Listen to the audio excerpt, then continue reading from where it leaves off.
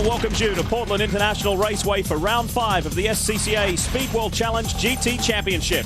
The series to date has enjoyed a different pole sitter and race winner at every single event. Today we'll see if that trend continues. Hello everyone, welcome to the Pacific Northwest. I'm Lee Diffie along with Dorsey Schrader and Brian Till down on pit road. Nice day here in Portland. We're set to go for round 5 of the Speed GT Championship, and this is how the points stand after the previous 4 races. It has been a wonderful championship so far, a lot of diversity, a lot of variety, and Michael Galati, despite his bad luck at the recent Infineon round, still sits atop the standings, only just though from Tommy Archer. Andy Pilgrim has been very consistent. Angelelli, the round 1 winner, sitting there inside the top 5, and Phil McClure jumped up a few places with a good solid result at Infineon Raceway just a week ago. Manufacturer standings look like this. It's tight, very, very tight. Cadillac only 1 point behind Audi, and Dodge has been going very well this year and continue to. Also, they're in the hunt with their Viper competition coupe. We mentioned at the top of the show that a different pole sitter, different race winner at every event so far. Well, and we said, can that trend continue? Well, so far it is, as far as qualifying is concerned. Brian Till is with our pole man. Well, that's right, Lee. 5 different pole sitters in 5 different races, and the competition has been incredibly close. At Infineon, the exact same lap time shared between the front row starters. This weekend, only 10 one-thousandths of a second separate Tommy Archer and Max Angelelli. And Tommy, the kind of anniversary of sorts. 20 years ago, you got your first professional pole, but to win at Portland here today, what's it going to take, especially with those festival corners? Well, I think here with the heavy car, we got to be real careful so that we save the tires. And my job is going to be to try to keep everybody behind me, but also save my tires. Well, it will be a battle of conservation. Tires always an issue in this class, and Tommy Archer, he wants that win. It has been since Mexico in 1991 since he's had a World Challenge victory. Lee?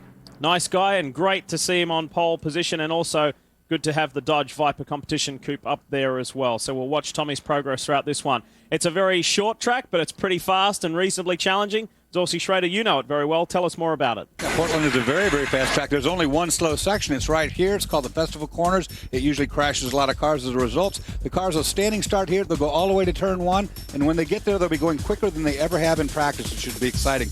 These corners all through here, very long corners. They do a lot to damage tires. Tire wear will be an issue today. A lot of drivers call it 2 drag strips, joined by a couple of corners. We'll see how fast they run today. Let's have a look at how they will line up for round 5 of the series. And it's Archer and Angelelli on the front row, the Viper and the Cadillac CTS-V. 5th different pole sitter in 5 races. Incredible stuff. It is, well, it was meant to be an all-Audi second row. However, Mike Galati has experienced some problems with his Audi RS6, and we'll start at the back of the pack. We'll tell you more about that when we see Mike in the race. Phil McClure starts there, and it was good to see him back up toward the front end of the field at Infineon, and Andy Pilgrim, they share the 3rd row. Lou Galati, who's getting back on track also. A pretty reasonable race for he and Leighton Reese in California just a week ago. Scotty B. White, good to see him in the championship, and Tim Weens, it's his first visit to Portland International Raceway. 22 cars in total as we take a look at the rest of the field, and Galati will be right at the back with John Barassa and Becerra. I said we'd tell you more about the Galati situation. Brian Till has an update right now. Well, Lee, Michael Galati, your championship points leader by only 7 over Tommy Archer. He had a very fast car in qualifying, qualified 4th, but they had electrical gremlins in that car. They could not find the crew up until 4 a.m. this morning trying to get that sorted out. Eventually, they said, we're just going to have to go to the backup car. So they went to the car that they ran last year. That car has a lot of mileage on it. They have faith in it. The engine that's in the car ran in San Juan, Puerto Rico in the season finale last year. Also has 4 days of testing on it. They've told Michael, look, be very careful at the start of this race. Be careful on the components. Just get the car rolling. Not that typical launch that these Audis have. Bring the car home. You're the points leader, a top 10 finish. That's all we're really looking for today. Lee? Yeah, he had a tough weekend at Infineon Raceway. He knows the camera's on him. Smiling underneath his helmet there. Tony Gaples on board the Corvette will have this shot for us. This is with Leighton Reese, who is pretty upbeat after his very strong run at Infineon Raceway. Andy Pilgrim, the first of the Cadillacs, gives us this view. Moments away from the start here in Portland. Remember, they do not take the festival curves. They will run straight on down into turn 1. Then on the next lap, they will take the festival curves. Portland is away, and Randy Pope splits the pack right in the middle. And Michael Galati at the back, also on a rampant rage, trying to get up from the back. We'll see what happens. They're going faster now than they ever will in the race as they approach turn 1. Plenty of power on board the Viper competition coupe, and Archer and Pope's got into a drag race, and it's very rare that you don't see the Audi take turn 1 first. But Archer got away to a nice start. Look at Galati swooping around the outside. Galati off to around 10th already, I think. He's all the way around the outside with that all-wheel drive stick and grip. On board with Mike Galati now. You can see how busy it is further back in the pack. He's right there with Tim Weens. Weens started 9th, so that's how far up he is. I thought he might get to 10th, but I think it's going to be more than 10th. Hearing reports from race control that there may have been a jump start by Lou Galati. We will have an update. There's Lou right there. He's up into 4th. Challenging Max Angelelli. And he's got both of the Cadillacs swarming around him right there. Angelelli and Pilgrim either side of the LG Motorsports Corvette. And we'll find out soon enough if indeed it was a jump start. First lap almost done, and Popes was making an inside run on Tommy Archer. And you look right there, Lou Galati pulling off. He's going in the pits for a stop-and-go penalty. Race leader at the end of the first lap, your pole man, Tommy Archer, in the 3R Racing Viper. Then it's Randy Popes. Then Phil McClure has made very quick work of it. He's up into third. Big lockup, and it's Leighton Reese. That's the festival corners that they didn't have to make the first time. It's very tight through here, not room for side-by-side, usually.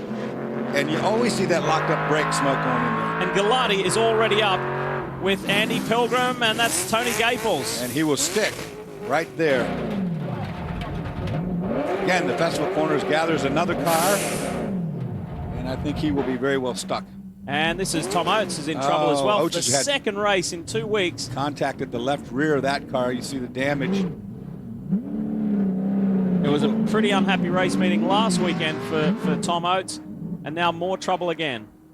And you mentioned at the top of the show, it is a key point down at the festival curves, isn't it? Yeah, it really is. To see a lot of contact. It's a lot of contact. They put it in to slow the Indy cars up years back, and it really just crashes a bunch of cars, unfortunately. Back at the front, though, Tommy Archer has a nice little gap over Randy Popes. McClure has been able to run with them, but look further back because the man on the move is Mike Galati. He is storming through the field after starting back in 21st position. There he is there, right behind Andy Pilgrim. And Mike Galati more than likely will be the benefactor, I would think, of a full course, because there it is right there. We've got 2 cars stuck in the gravel trap, or at least one. So for Galati, boy, didn't that make the life easy. Yeah, there's Tom Oates stranded. It's right at the end of the front straight, just before there's a little area. Oh, crash in the back. Oh, no, someone has contacted John Groom, and Groom wrecked big time into the wall. Oh, boy, that was under the caution. Somebody wasn't looking out the windshield far enough and collects. And that's a fire underneath there. We got fire under the back of the Porsche. Driver needs to be getting out of there. He doesn't. I'm sure he's not aware of it now. He is. John Groom steps from his AXA Porsche. That was pretty unnecessary, as you said, Dorsey. Someone obviously not looking. It's the stack up when you get these cautions. All of a sudden, somebody's not paying attention, and this driver having a hard time getting out. Needs somebody to get over there and help him out right now. I tell you that. There is assistance on the way. Meanwhile, let's have a look as John Groom is up on his feet, thankfully. He is a little injured.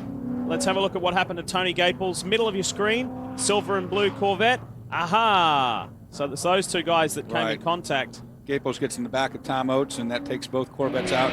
You'll watch this on board Gaples here.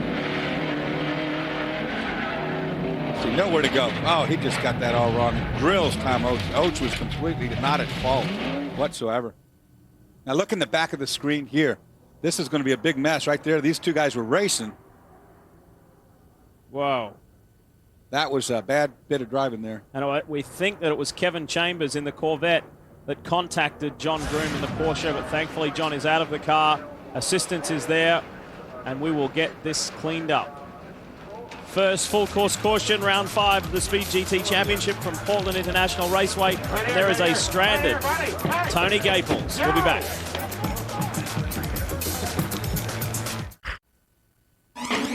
Speed Channel's coverage of the Speed GT Championship is brought to you by Toyo Tires, driven to perform.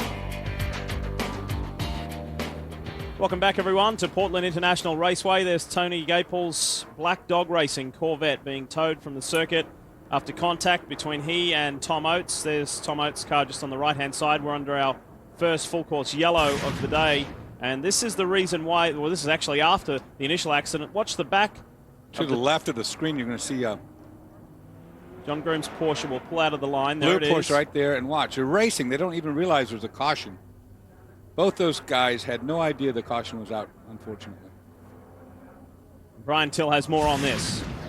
The lead just checked in with Louis Galati, who is Lou Galati's son, also the team manager for that team for both Kevin Chambers and Lou Galati. First of all, on Lou Galati's penalty in the beginning, just creeping in the box. They said he jumped about 2 feet, stopped the car again, but you're not allowed to move in the starting box at all. A little clutch creep, car moving slightly, that's one thing, but he moved a couple of feet, so that's for the reason for the stop and go. As for Kevin Chambers, they talked to him on the radio, and he said, guys, I just tucked up underneath them. I didn't expect them to check up that hard. I looked up, I saw the flags, but they just really checked up in front of me. I was not expecting it. It was an accident. What it has done, though, is full course yellow. It's brought the pack back to Lou Galati. He will be charging hard. Keep an eye on him. Lee? I think after, thanks, Brian. I think after watching that replay, Dorse, that obviously Groom was the first to pull out of the line. He was unaware of the full course caution. I think then he saw the flags first. He stopped. And as Brian mentioned, Kevin Chambers got caught unawares. Yeah, it actually took them both by complete surprise. These guys racing down the front straightaway. Let's have a replay. Let's have a look at a replay of the start from outside. And then we've also got a shot from Mike Galati's car.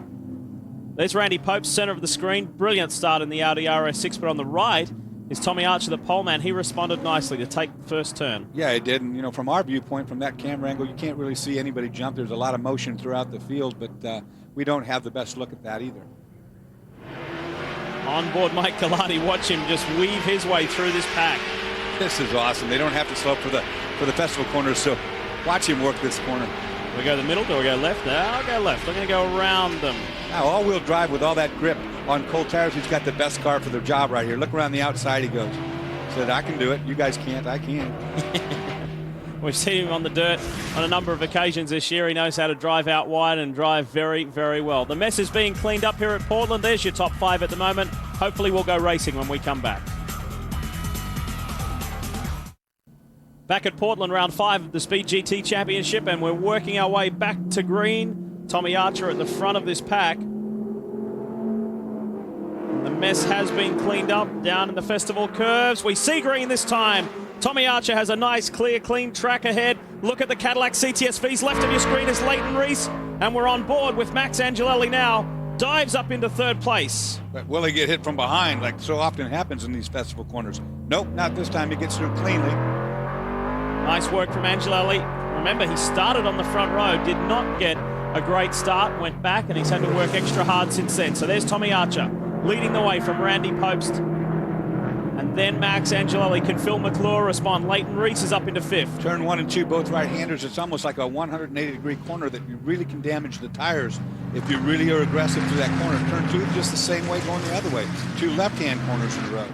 Puts a lot of heat and strain on the tire situation. Super, super tight in the Manufacturers' Championship at the moment between Cadillac and Audi. Just 1 point separating them with Audi on top. So there's a lot at stake here in Portland. We ride with Mike Galati. You look at Andy Pilgrim. Got the Cadillac has got some legs. He's out powering that Audi right now down the back straight. He's very fast, Estes here. Just flick to the left, across the curve, back to the right, open on top of this curve just a little bit. Then roll it down for this one, coming onto the front straightaway. Listen already the tire squeal Galati has, already understeering. It's been the Achilles heel of the Audi, understeering. And as you can imagine, the champion organization somewhat relieved to get to Portland International Raceway. They knew that Infineon was going to be a tough weekend for him. It was. It was a nightmare for Mike Peters and the boys. Now they're back on a track they feel that they can be more competitive at. Brian Till has more. Louis Malone is the crew chief for Michael Galati. Louis, I know you guys had to go to the backup car, but 21st to 7th, it looks pretty good right now, yeah? Well, Mike's pretty happy with the car, which is surprising because the car doesn't have any kind of setup on it for this track. Maybe we stumbled onto something. But he said he was going to go for it, and it looks like he went for it to me. Well, we talked about tires. Dorsey was just talking about tires being the Achilles heel of this car, basically, as heavy as it is. Through the twists and turns here at Portland, is that really hard on the tires? Well, with our testing, we're finding it's not as bad as we thought it would be. And on top of that, the weather really gave us a break today. So I think we're going to run flat out till the end and see what we've got left. We're trying to get back up front. You heard them, guys, trying to get back up front. And it is a lot cooler today, a good 15 or 20 degrees cooler than it was on Friday and Saturday. Lee? Thanks, Brian. Galati maintains his 7th. It's Archer, Popes, Angelelli, McClure, Leighton Reese 5th, Andy Pilgrim 6th. Then Galati. Behind him, Tim Weens has done well to get up into the top 10. He's in 8th, ahead of Jim McCann and Scotty White. It's a good point that Brian brought up about the weather. These guys have endured record heat out here in Portland, over 103 the other day. Look here now. Look at this, Angelelli on Popes. Oh, he no! gets it's going to crash. These two contacted at Infineon Raceway, and it's happened again. Popes up ahead, and Angelelli came in from behind. Whoa. I hate to say this time, but Angelelli totally at fault right there. He's messed up his own race right there. Unfortunately, with a braking maneuver. You'll see him getting out here. He won't be happy. These cars that are set up at 103 degrees is not going to be the right setup for a cooler day, 85 or so. Oh, he's knocked the whole suspension off. Oh, no. His day's done. So the setup on these cars might not be optimum for what we have track condition today. Dave Spitzer and the Cadillac team will be extremely frustrated, just like Angelelli is. And he can't see, but he's hooked up there somehow on his hands device. Now he's been able to get free and step from the car. He knows it's him. That's why he's so frustrated. Take a look here. Back in the frame, right here. Watch the braking maneuver go on. He's trying to the inside, but not. And he's got lock up from the rear, turns him into the Audi and into the wall. Actually, did he touch the Audi at all? Yeah, I think he would know right find here. out now, yeah. Watch this. Definitely locks the rear brakes. Right there. Hear it steering? Yeah, he did give it a shove. That's almost a carbon copy of what happened at Infineon just 7 days ago. Yeah, he locked up the brakes. There's no question. You heard the tires and you heard the motor stop, which means that the rears are totally locked up. Angelelli, 2 consecutive races, 2 weekends, a non-finish. That does not help his nor the manufacturer's points race. Under caution again. We'll be back. Mondays at 9 p.m. right here on Speed. You can test an armor-plated car, get tips on how to drive like a spy, and catch the latest road test of most of the exotic European supercars. Fifth Gear, great show. Mondays at 9, only on Speed. Welcome back to Portland. The fans are on their feet, stretching their legs during this second full course caution, and that is something that the Cadillac team did not want to see. Second weekend in a row, Max Angelelli, who of course just blitzed the field at Sebring in the opening race of the season, another non-finish. Frustrating stuff. We've got a sequence of replays to show you and the similarities between what happened in Sonoma and here in Portland. Let's roll those for you now. Dorsey, talk us through. First, take a look at Sonoma right here. You see the first part of this crash. It's exactly the same situation that's happened here today, where Max got into a brake zone very deep, locks up the rear tires or fails to stop and gets into the back of an Audi. Here's your onboard. Now listen to the engine and listen to tire squeal. See, that time the tires were not totally stopped, but the braking was done. You heard it squealing. You made that mistake. Now listen to today, or take a look at today. The same thing. And it was a rear brake lockup that turned the car sideways to the left. Onboard. Now listen to the tire squeal first, then the motor died. So twice now, Angelelli getting it wrong in the brake area. More than that, I also can point out that it could be a problem with the Cadillac itself. It might have too much rear brake bias, or it might be dipping the nose too much and lifting the rear end up, causing the rear brakes to lock.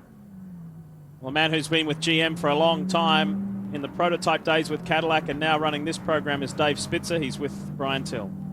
Well, Lee, that's right, standing here with Dave. First of all, Dave, Max is okay, yeah? Yeah, it looks like he's fine. It looks like he just got out of the car instead of heading back to the truck. Well, I know frustration on your part. 2 weekends in a row, not what you guys wanted. Dorsey looking at it on video, wondering if you guys are having some braking issues with the Cadillac, or is it a part of maybe some of the weight that's been added to you guys?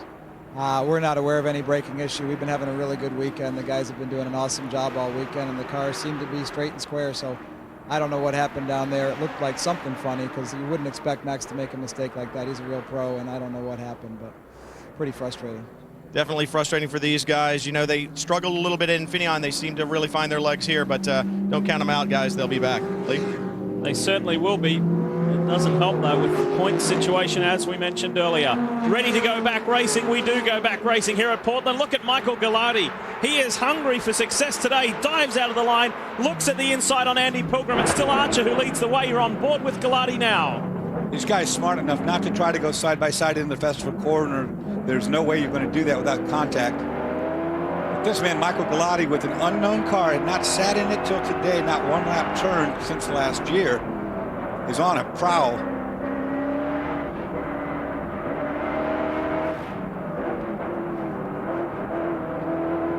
That seems to be a really tricky section of the circuit there, Dorsey. It's really long corners, and they're really flat. So you're in the corner, a left-hander in this case, for a very, very long time, and there's no banking whatsoever to help you out. And it's slippery through there, and it's frustrating. It's a very rhythmic type of corner that the drivers have got to stay on their line.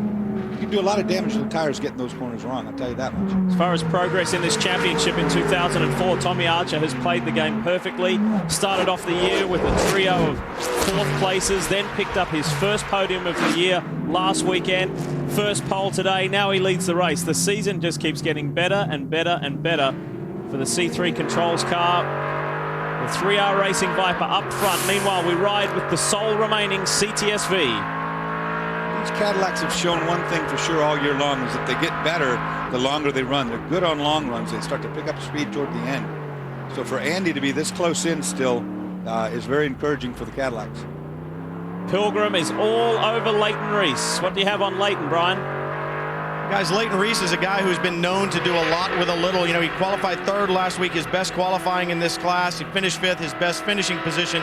I remember Leighton from the Trans Am days, back when Archer ran, and always was known to build his own race cars and run at the front. It's very impressive what he's been able to do. A little bit of guidance from the factory, from GM, a little bit of help here and there, but most of it's all done on his own, and he is doing well.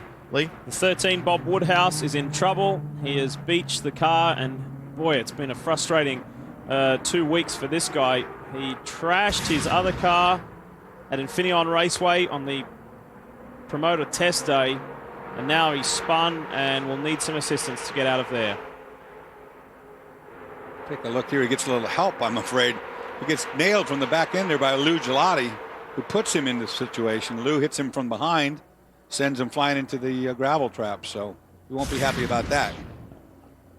Other Viper in the background there, spinning as well, but able to get going. But Bob Woodhouse is beached. It's been a stop-start race today, hasn't it? Back under caution again. Can you believe it? For the 3rd time, we'll definitely have a timed race. Stick around, more to come. This is the Speed GT Championship. The NDRA is the Nopi Drag Racing Association. Tuesday nights on Speed, check out Nopi Tuner Vision. 7:30 p.m. Eastern, part drag racing, part show car, throw in a swimsuit competition or two. Plenty of burnouts. It's good stuff. Nopi Tuner Vision every Tuesday here on Speed. Still under caution here at Portland International Raceway, and this is the reason why. Watch, these guys are stacking up right in here, and it's going to catch Lou Galati out right there as he gets in the back of Bob Woodhouse and puts him around. But the real problem's way up in front there as they stacked up under a little braking problem, caused this accident. Sure, it's easy to get a little caught out there, is it? Well, you're all in there together and stacked up, and we're about to ready to go green, and we'll see if they can get through clean this time. It's kind of like Groundhog Day. Feel like we've done this before. Oh, look, they're all spread out, and there's no green. He finally puts it out, but oh boy. That was 5 wide before they even put the green out. Leighton Reese is setting up Phil McClure. McClure responds and blocks that inside run. Now McClure has an inside go on Randy Popes. Side by side in the festival turns.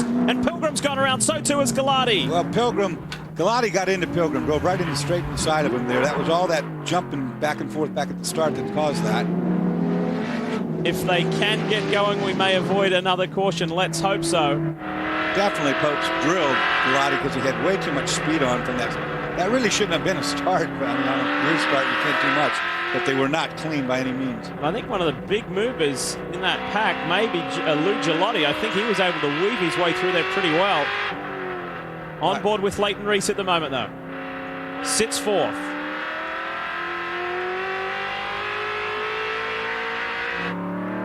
Back with Andy Pilgrim. He is going again. Well, he got drilled in the door, so let's take a look right here what happens. Big stack up going on right in the middle there. Watch. Bam! Just hits Andy Pilgrim right as soon as he turns in. However, this car was involved, too. I think that was Scotty White. Scotty White might have been in the back of the Audi of Randy Popes pushing him. And on board with Pilgrim. Listen. Oh,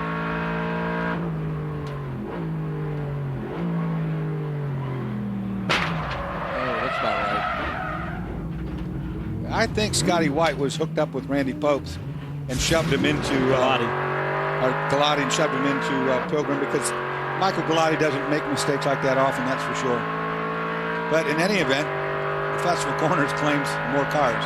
Pilgrim is now down in 16th and trying to respond. Here it is from Galati's point of view. Let's see if he gets hit. Listen. Well, he was locked up, that's for sure. You heard the tire squeal.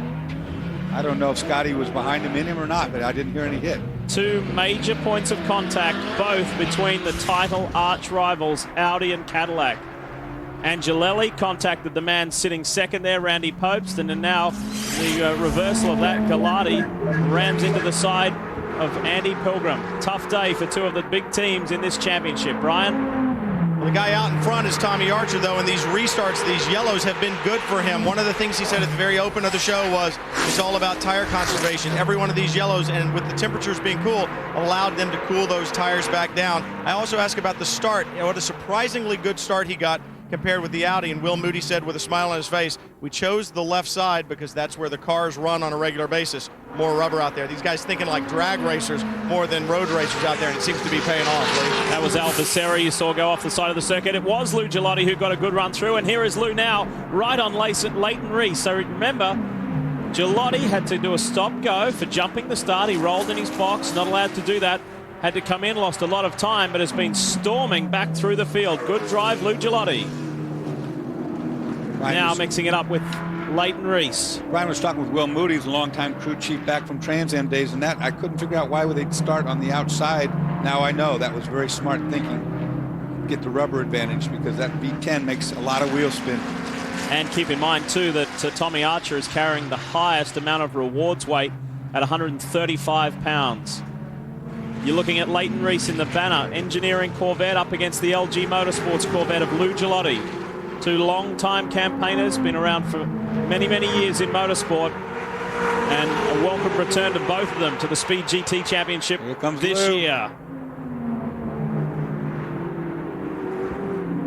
The revised order after that mayhem, it's still Archer and Popes. We know that McClure sits in a nice third. Then these two, Leighton Reese, Lou Galati. Tim Weens is up to sixth in a great drive. Mike McCann ahead of Bachman, Galati, and Keith Vedetto round out the top 10. And look at this, Tommy Archer's got a handy margin. 1.2 seconds over Randy Popes. Phil McClure trying to make a nuisance out of himself for Randy Popes.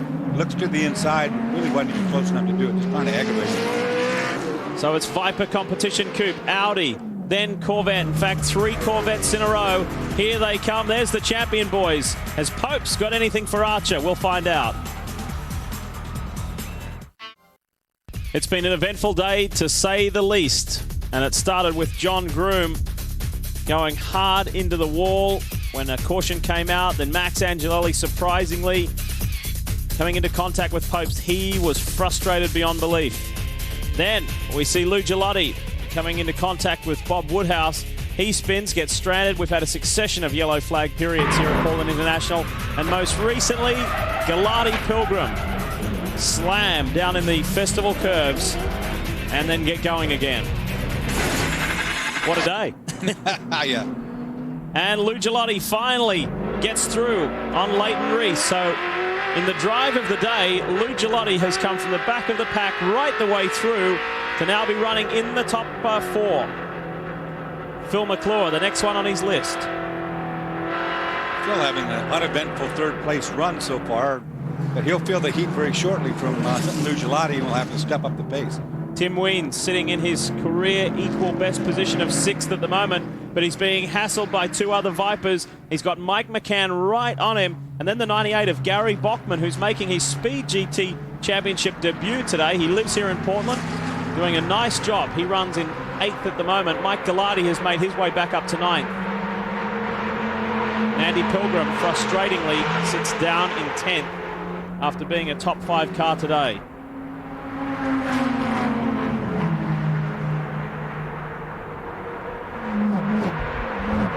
Fastest car on track remains Lou Galati in the LG Motorsports Corvette. Really impressive stuff to be able to rebound. Now, I'm sure a little bit of that would be anger after getting nailed for the jump start. There's no question about that. He'll have smoke coming out of his helmet. Here's Lou's pass. He's been looking into turn 1 into the festival corners, and this time finally gets the run going. Leighton Reese knows it's happening and doesn't do anything about it. He's going to cut in behind and get what he can get. But right now, half the race is over. If you were on a tire conservation situation, half of these laps have been behind yellow. It's time to get the boot in it. Wiens is under pressure here in the 3R Racing Interstate Inns Viper. He has got Mike McCann, who looks like he's growing impatient. They're trying to get through, Brian, but so far, good drive by Wiens. Great drive by Wiens, Lee, and that whole 3R team doing a great job today. Wiens qualified 10th, his best qualifying of the year, running 6th. What about Phil McClure, finished 2nd last weekend in Infineon, another 3R car, even though it's a Corvette. And then Tommy Archer out in front in his Dodge Viper coupe. If Archer can hold on to win today, Galati is going to have to really work harder to finish better. He needs to finish 2nd in order to maintain the points championship. If Archer wins and Galati finishes any worse than 2nd place, Archer will be your new championship points leader as we leave Portland. Lee? Yeah, after qualifying, just 6 points in it. We go on board now. This is Pilgrim getting by Mike Galati. Mike Galati lost all the speed he had. Maybe when he made contact, he's knocked the toe in or something on that car. Maybe the tires are out. But anyway, there's no speed left in that Audi. On the other hand, Andy Pilgrim's got the hammer down, headed forward. There is plenty of speed in the Cadillac, that's for sure. And they're talking about driving with a little frustration and anger. It's exactly what Andy Pilgrim's got on board at the moment. As he fights Mike McCann, Tim Wiens, 33's Wiens up ahead. And time running out. We're within the last 10 minutes of this race. So Tim Wiens needs to hang on for a little bit longer. We need to squeeze in a short commercial break. Stick around, more from Portland in just a moment. Welcome back to Portland International Raceway. Round 5 of the SCCA Speed World Challenge GT Championship continues. Lee Diffie and Dorsey Schrader here with Brian Till in pit lane. And you look at Tommy Archer, who leads the way. We mentioned at the top of the show, the diversity, the variety has been tremendous in this year's championship. Angelelli won. Look at this on the inside of Bachmann. This is Andy Pilgrim making his way through, and he is gaining ground on the front of the pack very, very quickly. Just to finish that point, we had Angelelli win the opening race. Popes won the second. Galati won at Mid-Ohio. Wolf Hensler won last week at Infineon. And we're set for our 5th different race winner with Tommy Archer here today. But this is the man on the move. Yeah, Wiens and McCann right there in front. They're just about to fall victim to Andy Pilgrim. This Cadillac catching the 2 Vipers very quickly now. Not the first time we've seen Andy put in a storming drive from behind. He did it at Sebring when his car unfortunately stalled on the grid, and he had to come from dead last all the way through the field. He finished a fine 2nd spot. And as I said before, but longer the race goes, these Cadillacs somehow get stronger as the race goes on. And the Vipers and so forth that we heard Tommy Archer allude to, the tires start to go away, they start backing up, and here comes the Cadillac. Andy now running in the 1:19 time bracket, the same as the leading car of Tommy Archer. He's right there now. He's got both these Vipers. He's got to find a way to get around them and get around quickly, because you can't be held up for long if you have any choice of going toward the front. Tim Wiens and Mike McCann. McCann will know that Pilgrim is there. He will have been radioed from the pit. Say, look out, Pilgrim is powering through. It's hard to pass, as you can tell right here. Take a look out the windshield. Where would you go if you wanted to pass? Nowhere. Not right here anyway, but he's got to keep the pressure on, make these guys wear their tires down, and right up here on this back straightaway can make something happen. Ryan? Guys, I just checked in with both Cadillac and the Audi team. Galati, you were exactly right, Dorsey. That car is not good after that last hit. They think they have a toe-out problem in the front and also a bad vibration coming from the front. I checked in with Dave Spitzer at Corvette on Pilgrim's car. They said the car is just fine. He's running some of the fastest laps out there right now. He has the bit in his teeth, and Spitzer looked at me and said, remember Sebring. Dorsey? Yeah, there's the Cadillac we're on board right now. Dave Spitzer engineers this whole program. He's taken that position away. So now he's gotten by Mike McCann. McCann on the way up to Wiens, which he will take another lap to get to. Very, very impressive drive from Andy Pilgrim after getting hit right here. Get completely turned around, but got spun sideways and had to gather it all back up again, and losing many, many positions. Went down as low as 16th. Here's the pass. This is Andy Pilgrim. Wow, Mike McCann got all out of shape. Yeah, it was a good save, but it was all out of shape indeed. There's nothing he can do now. Pilgrim to the inside of him, coming around the long straightaway. That was a great save. You usually don't get it once you're in the grass that far. Mike McCann doing a bit of dirt tracking and grass tracking, but now he's back online and in 8th. It's Archer who continues to lead the way, though. Welcome back. The closing stages of the 5th round of the Speed GT Championship. Leader Tommy Archer in the C3 controls, 3R Racing Viper. Gathered some support from Whelen Engineering recently. They'll be thrilled to see this car up front, clear track ahead. Been a brilliant race from Tommy so far.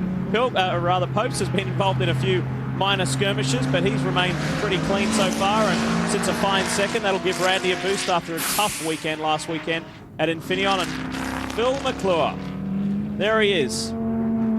Friendly Phil. Second great race in a row from Phil. Last week did a really good job. They really got this Corvette handling and driving well. He's definitely not out of this race yet. Solidly in 3rd, but he's got Lou Galati sneaking up from behind. That'll give you inspiration to get going. The 3R boys do a wonderful job for a privateer team. They present those cars beautifully, and more often than not, they are very, very reliable. Another tremendous drive of the day. Lou Galati. Not a good start, certainly made up for it. He sits 4th. That will be Lou's best result of the season if he can remain where he is right now.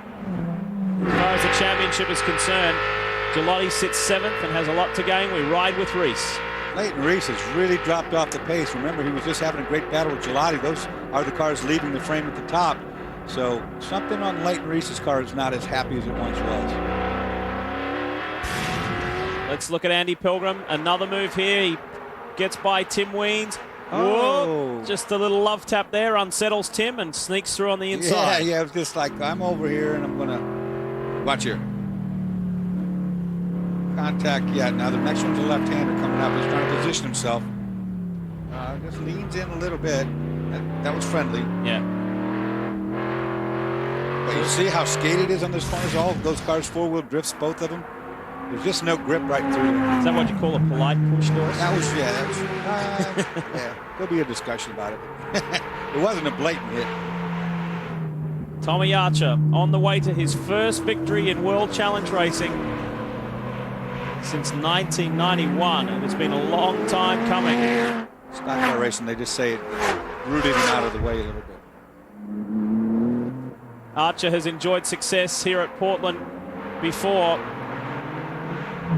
but not in this new car. Look at Phil McClure, though. I mean, Phil in 3rd place, really trying to cut into Randy Pope's lead there. In fact, he has done quite a good job of getting it tight again. Into the last few laps here at Portland. White flag will be coming out shortly. Back on board with Leighton Reese, 5th place at the moment. Brian?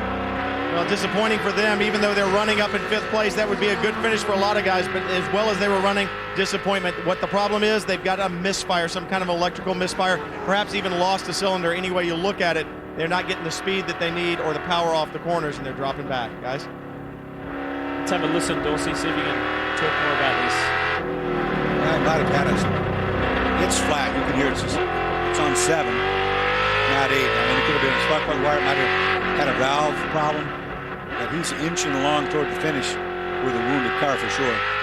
I knew he dropped off or something. He was right there battling so hard with Lou Galati. Right now he's just hanging on.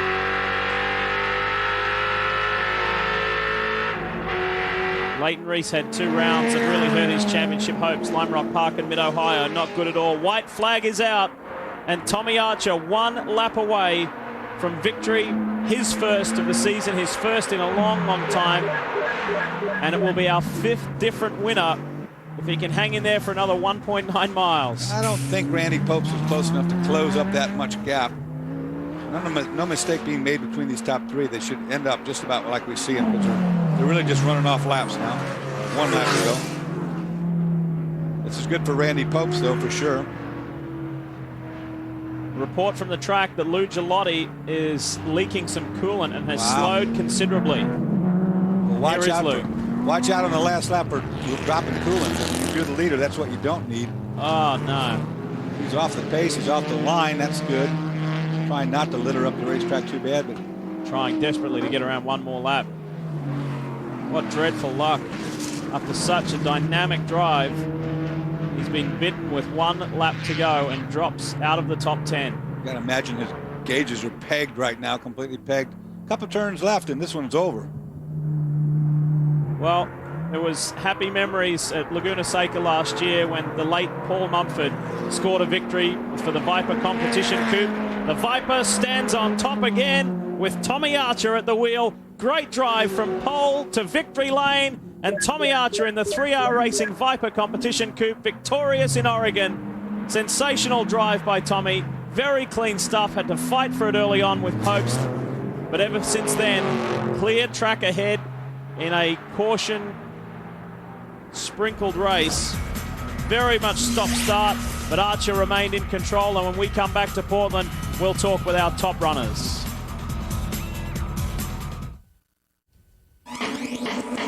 Speed Channel's coverage of the Speed GT Championship is brought to you by Toyo Tires, driven to perform.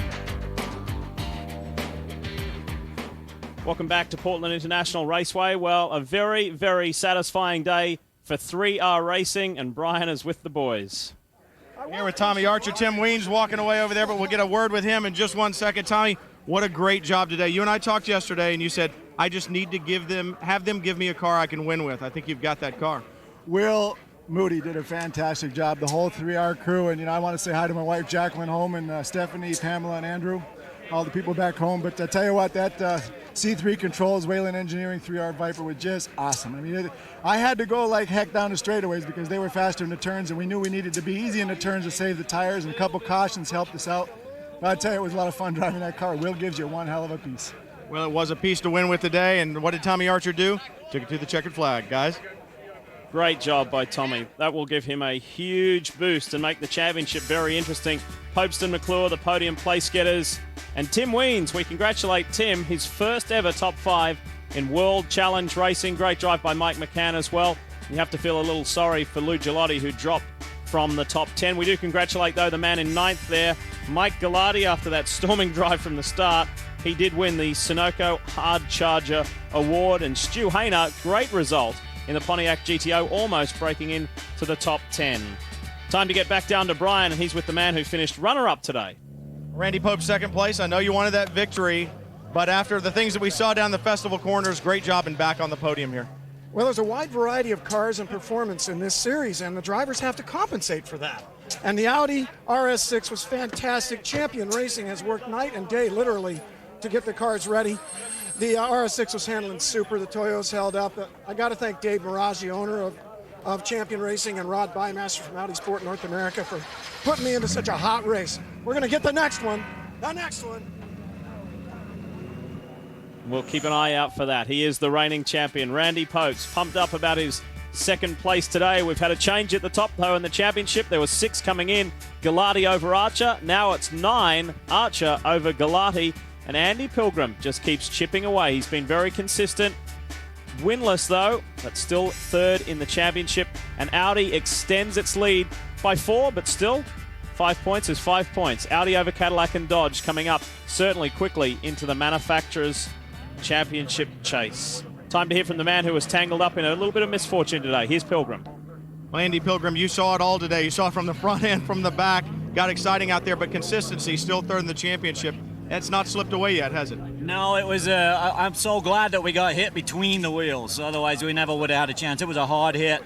I knew Michael got into me, and I knew somebody must have got into him because he never would have done that. He's a real clean racer. Some people were just being a little impatient on the restarts. I'm just real happy we had a chance to come back. Like I said, if we'd been hitting the wheel, we would have been history. And also, if it got any further into the gravel, I wouldn't have been able to get out. So a lot of luck today, and I'm real happy for Team Cadillac to get a 4th place finish. Well, they'll take the luck, guys, especially if it moves them up in the points. And you saw him do it at Sebring. You saw him do it here again. Andy Pilgrim and the Cadillac, a strong combination. Lee? Isn't it good to hear how well they know each other to come out and say, I know that Galati doesn't drive like that. So, well, that's exactly what I said. It's just not something that Michael does is make mistakes like that or do things intentionally that would take someone else out. And we congratulate Andy Pilgrim for winning the Remus power move of the race. And he certainly was a powerful drive on the way back. A little bit of a stop-start race, wasn't it? Yeah, I wonder how many winners we can have per race. I mean, next week, who's it going to be next time? Well, we said it at Infineon. It was four races, 4 different winners. Make it 5 now. And we congratulate Tommy Archer again. Our next race is from Mosport in Canada. Can the frustration end for Angelelli? We'll find out there. On behalf of Brian Till and Dorsey Schrader, I'm Lee Diffie. Thanks for joining us here at Portland International, and a great day for 3R Racing and Tommy Archer.